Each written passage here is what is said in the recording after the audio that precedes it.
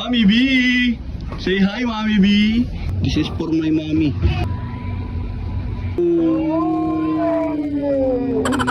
Bye bye, Daddy!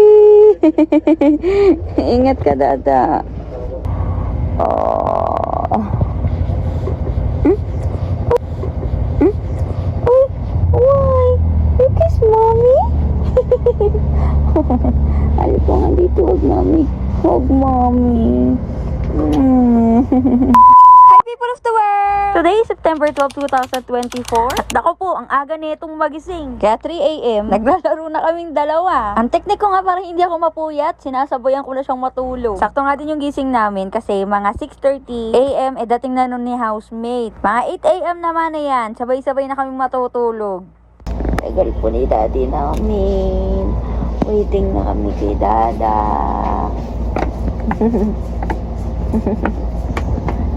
Oh, tagal ni Daddy.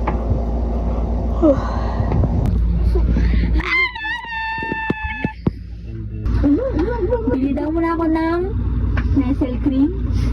Nestle cream.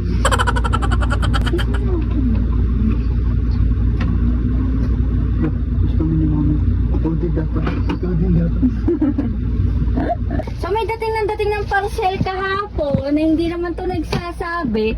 Sa kanya pala! Very good! Tingnan natin kung ano nagbibili niya.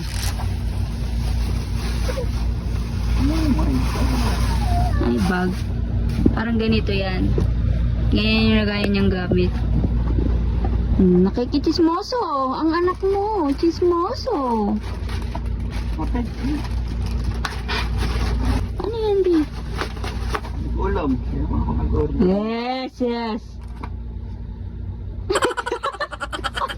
Ano yan? Phone holder para sa kotse. I'm vlogging right now. You see this? Oh, this is buldak. You know what's buldak?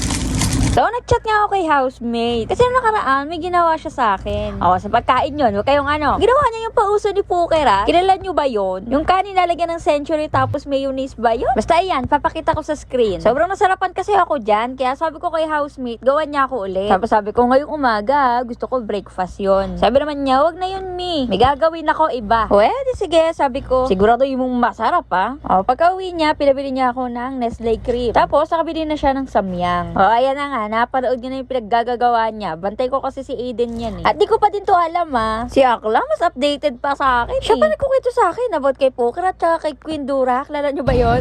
Mommy B! Say hi, Mommy B! You want to taste it? Come. No, it's not hot. It's not spicy. This is for my mommy. Puker si Daddy ngayon oh, Puker. Right. Oh! Taste it, motherfucker. No, it's not. Just taste it. It's hot, huh? Slowly. Pwede natin, hindi ko siya Pan mo muna. Init yan. May cheese yan? No. Nothing.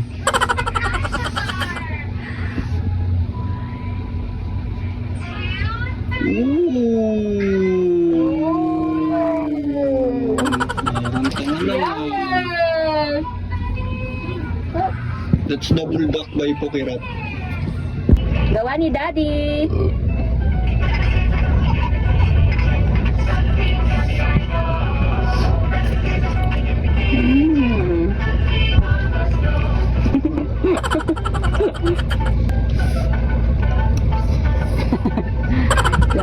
May egg pa, natabunan na yung egg. Nagtimpla din ako ng milk. Dala na, nagpapakat yung Ala. Eh, mausok pa.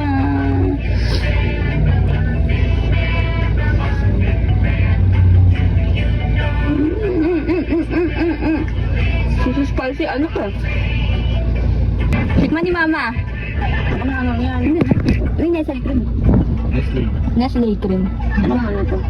Spaghetti. Mas masarap pa sa spaghetti. May itlog. Sarap. Parang carbonara.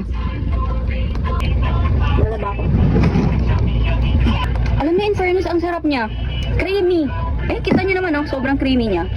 Masarap din sana kung may ano to, hotdog. Eh, di ko naman alam, ito pala gagawin niya pa, ano, eme-eme pa siya. Oo. 8 a.m. na, matutulog na kami ulit. Aga namin nagising ni Eden eh, 3 a.m. Ay, sus! Sleep muna tayo! Diba? Eto na nga, pagkagising namin, sobrang sakit ng ulo ko. Parang mabibiyak sa sobrang sakit. Kaya yan, nagpahilot ako kay housemate. Nakatulog na nga din ako ulit habang ginaganyan niya ako. Tapos feeling ko, lumalabas lahat ng lamig sa katawan ko. Sinubukan ko niyang tumayo kasi nga, naganda ako ng lunch namin ni housemate. Kaso, wala talaga ako energy. As in, parang lantang gulay, ganun. Go work na si Daddy.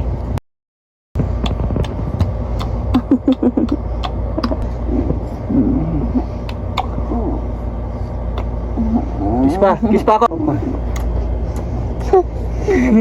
Ikaw naman eh. Love you, Dami. Bye siya. Bye. Bye-bye, Daddy. Bye-bye, Daddy.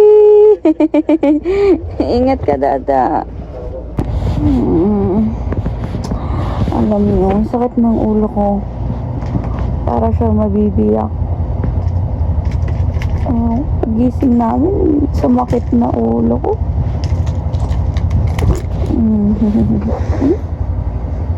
Pero wala, kailangan kumilos. Hindi naman pwedeng bibihin ko to. Gusto ko lang umilata. Gusto ko lang matulog. Kaso may makulit na bata. Ay sus.